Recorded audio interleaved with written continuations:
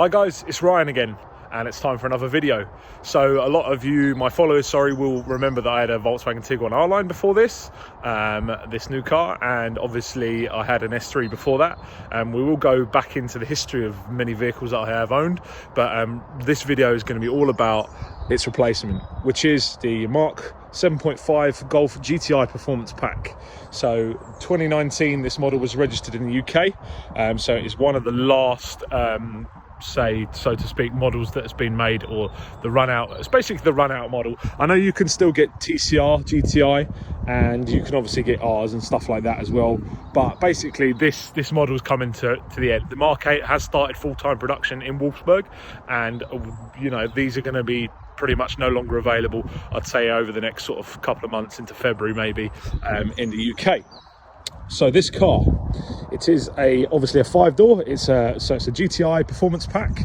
It's in tungsten silver. It has 19-inch Bresca alloy wheels, and it has the extra tinted glass option on the rear. And that is the only 3 options that I've gone for on this car. We lost the 3-door variant Golf a little while ago to order in the UK, as well as the manual. So the last editions of these GTIs and Rs are purely DSG and a 5-door, and they've made some subtle changes to the 7.5, which we'll talk about in a moment. But other than that, there's nothing too crazily changed. It is a Golf at the end of the day, and Volkswagen are very known for being quite conservative with the design changes on the Golf, and that's why the Golf is a winner in my eyes. We'll discuss a lot more about that as we go along. Main features, I think, for the update are pretty much headlights. They've slightly changed the design of the headlight. They're now LED and they're fully dynamic. They also have changed this lower bumper. These canards are a bit more prominent, and they're full LED fog lights, as I think they were before, to be honest. Yeah, so they've made some very subtle changes to the bumper. It's a little bit more aggressive, but without being shouty or in your face whatsoever, because that's what Golfs do really well, and that's kind of the whole point of a GTI, is to kind of be a little bit special but nothing in your face. So I think they've done a really good job of styling the 7.5. It's certainly my favorite. I do prefer it over the look at the early 7s, and like I said, I think they've done a good job. Performance pack usually indicated by red GTI badging, so that's one way to deceive it. Another thing that I like as well is they've got rid of the radar in the lower of the bumper, and now it's hidden behind this sort of 2D badge, so it's no ugly sort of radar thing just sitting there anymore, which is a good thing. Bresca 19-inch alloy wheels. It's obviously a performance pack car. You can usually tell because of the slightly bigger brakes, bigger ventilated brakes, and I know you can't see it, but there is a GTI logo on the caliper as well. I like this feature where they've got this little side skirt that kind of starts here. It follows onto the lines of the car, goes along and into the rear. And I think the arse on this car is quite nice. It's got a really nice stance to it.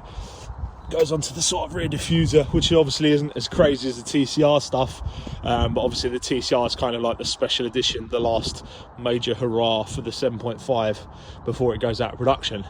I know that they've changed the rear tail lights as well, so obviously now we've got dynamic indicators as standard, and I know that the brake light also looks different when obviously you're braking, but that's going to be a bit difficult to film while I'm outside. They've also made the exhausts slightly bigger, I believe, now, so they're now 3-inch exits, and also they're a lot more further out, so they kind of look a lot more prominent on the rear of the car as well. So it's a nice feature. This car in the UK comes standard with a reversing camera, which is located behind the badge. It's nicely hidden away. I like the way they've done that. Obviously GTI as well, really subtle spoiler on the rear, nothing too crazy, just to give it a little stance without being too crazy. And again, that is the whole point of the Golf GTI. Rear wheels as well, still got quite meaty brakes as well on the rear, which is a good thing, I suppose. They've got Pirelli P0s front and rear on the car from factory for this model. I'm a big Michelin fan, so I'm not sure how well these are going to last, but I know that as soon as they do wear out, I will be putting Pilot Sport 4S tyres on, because there is no other performance tyre on the market that is like that. So I'll have a look around the interior quick, we'll have a good run through, and we'll go for a drive and see what you guys think. But let's have a look at the inside. So keyless entry, standard on the UK model on the later 7.5s. Business as usual in here, very much Golf, you know, non-obtrusive, very sort of plain colour palette. I know the tartan seats are not exactly plain, but that's a Golf thing. I really like the tartan. I had to go for the tartan. I think personally, in my opinion, I think for this colour and the seats, I think they match really nicely. I like the way that the red stitching is obviously contrasting on the seats, the centre armrest, even the gaiter on the gear knob, and obviously the steering wheel is really cool as well. It's a nice size steering wheel. I find that some of them are either too thin or too thick. This is just right. Obviously all the multifunctional controls on there as well. Digital driver's display, standard on the 7.5s. Infotainment system, they haven't really changed the infotainment system as such. But obviously they have changed this virtual cockpit, which is much better. Climate control as well, still the same. They haven't really changed much in terms of that, but it's a nice interior to be. Certainly good quality plastics, good quality materials. Everything is lovely fit and finish. There's actually some lights in here and on the door sills as well, which is a really nice feature. Plenty of storage too. There's a sort of storage space there, storage space in the center console. The cup covers are covered, sorry, and obviously place your phone there, which sadly is not wireless charging on this model, but obviously the Mark 8 will get that. I'm 6'5", so space behind me is always going to be a bit of a compromise. But other than that, it's still a really practical hatchback. You know, you fold the rear seats down, there's loads of space. If I readjust my seat into a bit of a better position, 2 adults can sit back here absolutely comfortable, and even 3 at a push. I mean, it's not going to be the most comfortable journey, but at the end of the day, this is just a 5-door hatchback, not a 5-door saloon or estate. So I really like the interior. Like I said, tartan's not for everyone, but for me, it's kind of like, if you're going to go for a Golf GTI, you've got to kind of have this. I know that you can now get this sort of suede look, honeycomb interior, which I believe is now standard on TCR. TCR's got a slightly different pattern, but for me, it's a lot of money option for seats that are already quite nice, in my opinion. So have a look at the boot. So I know everyone likes to look at the boot space. Obviously, classic Volkswagen Golf opening. They seem to do that with a lot of their cars. It's not the biggest boot in the world, but it is certainly bigger than the Golf R, which we'll get onto in a while when we're driving. Golf R GTI comparison. So 380 litres at the moment. The boot floor, I've got it raised. So there is actually additional storage there, but as you can see, I filled mine with shit. I have sort of various bits and pieces just sort of there, just to, you know, just in cases. But they have put a 12-volt socket. There are shopping bag hooks in there, and obviously when the seats are folded down, it is really sensible. You can get a child's buggy in there, no problem at all, you know, and some shopping and some. It's a really good practical boot for a hatchback, I think. So I really like this colour as well. A lot of people are commenting on the colour because it's a bit different. There's not many tungsten GTIs out there. There's a lot of black ones, a lot of Indian grey, a lot of white, a lot of red. Obviously TCR has like a Nardo grey style, which everyone likes, but it's not available on the GTI. And the colour looks really good. I mean, I'm sorry about the weather, but I mean, on a summer's day, this car and this colour looks great. But obviously when it's clean, it looks fantastic as well. So welcome back. Obviously we're in the car now. So I'm going to try and give you just a really quick run through of how this car sounds and drives. So we managed to get somewhere a bit quieter than where I was before. Still busy though, because we're still near West London, so it's going to be quite mental around here. And plus, it seems to almost be starting to rain, which makes me really sad. But summer's coming. So just going to start off by driving this car in sport mode from the off-go. It has got other driving modes available, but sport's going to be the main one we want to use. I'm going to leave the gearbox in sport and kind of switch between as I'm driving, but generally you guys will get an understanding of how this car sounds from the interior, and just a general feel how quick it is and how good it is. So like I said, 40 years of experience of doing the GTI, I think this is where the GTI does excel over the R, just because it is more playful in the corners. It's a bit lighter, it's a little bit more nimble. Not saying the Golf R or the S3 is a bad car in any way, shape, form, because they're excellent, but I just think for me, I think there's a little bit more fun to be had from the GTI, and that's what wins it over for me. So if you are looking at these two cars, you know, you've really got to weigh up exactly what you want to do, because you could save a few grand for a GTI versus the R or certainly the S3. So we'll go for a little spin up this road, and you guys will take what you need from this video, but you'll be able to see that this car is very well accomplished in the speed department. So think what we'd do, we might just readjust you actually, come to think about it, because you are kind of bouncing all over the place. So I don't want you to be jumping around and having like worse time, but you're still better off on the phone than a GoPro, believe me. GoPro's fucking awful. I don't know why it's so bad. So off we go. Probably not crash into anything. That'd be pretty shit.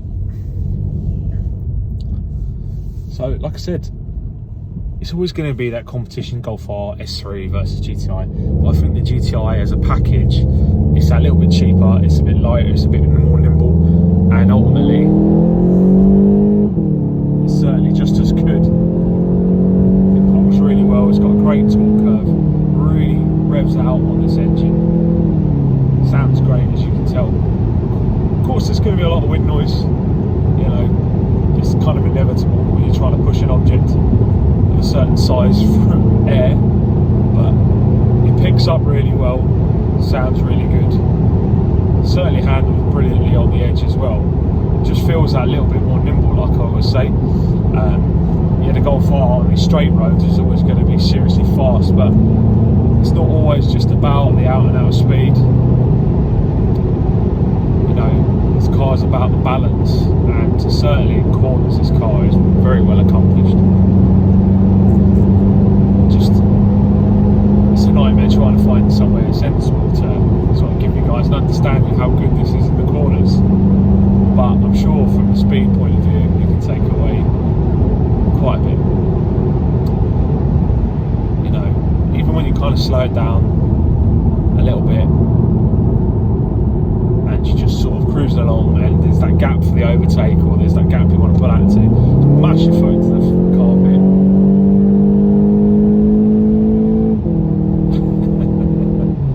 Sounds really good. Sounds really, really good. Like I said, it's got such a lovely balance of power and fun in the GTI chassis. You know, and you wind it back down and it's all sensible, it's all really comfortable. And like I said, I think this is where this car earns its bread and butter. It's just that little more playful, and it wins every time. Every time it wins.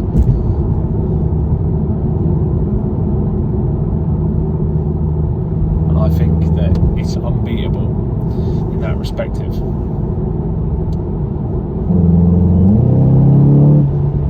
And it sounds good too.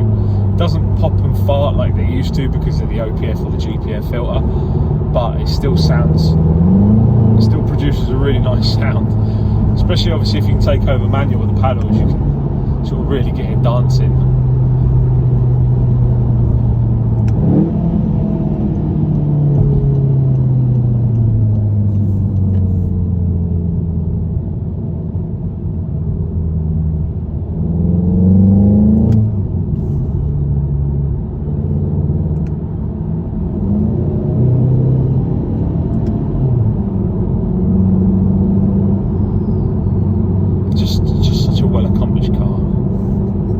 Certainly if you buy one of these over the R, you certainly haven't made a bad purchase. You'll soon agree. I think if you are in the market for one of these, you need to drive and compare, and that's the only way you're really going to get a true understanding of how these cars feel. Like I said, there's such a good balance in GTI between performance, MPG, practicality, comfort, quality. It's so well accomplished, and the 40 years of experience that VW have had to set this car up right shows in every detail.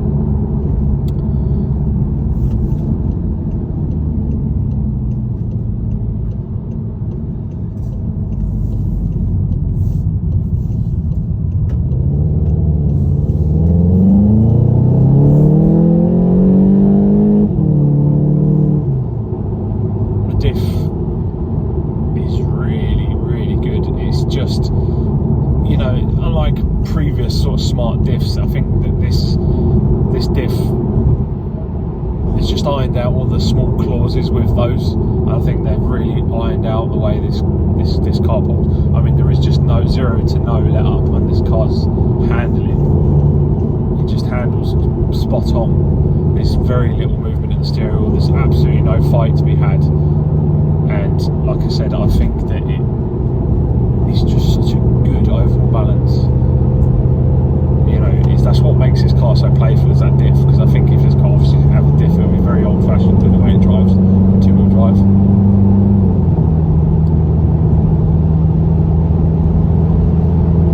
Certainly bouncy.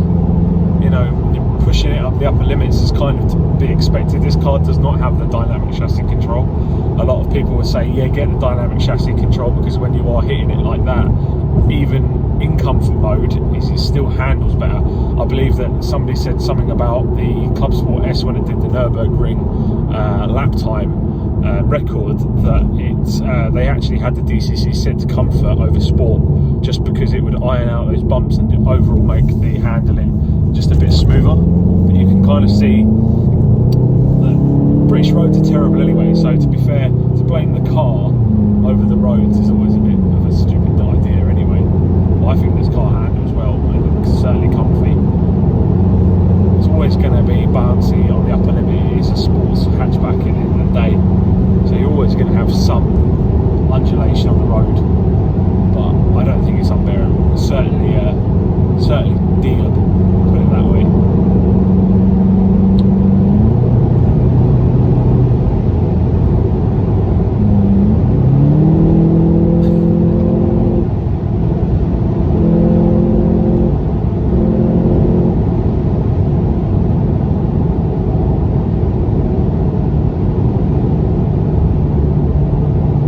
So good. I love the way it picks up. Its DSG gearbox is just so faultless, which this new 7-speed. There's no arguing with it. You just ask it to do something for you and it does it. There's none of that sort of uncertainty of like delay or nothing. It really does pull when you need it to.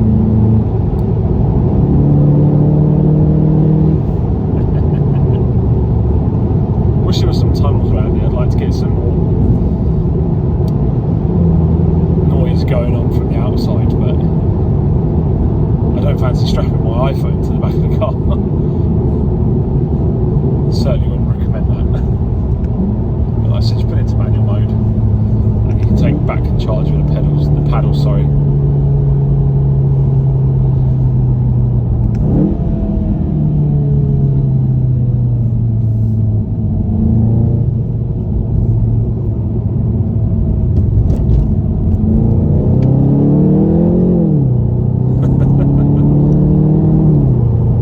Electronics are always going to pull in on these modern cars. They're always going to try and keep everything under control. They sort of panic a lot too soon, but I suppose they're there to keep you on the road, so you can't always complain about when the traction control kicks in, like some people might. So overall, Golf GTI, love it. Absolutely fantastic car. Like I said, it's really well balanced. It has a lovely power to weight ratio.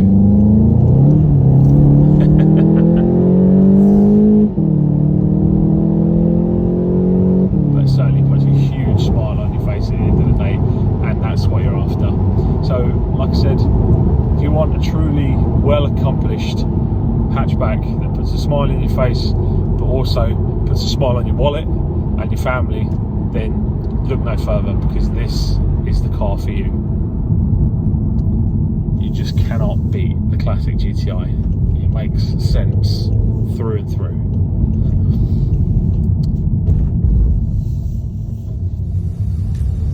So that being said, I really appreciate you guys for watching. Sorry it's a short one, but you know, nevertheless, try my best.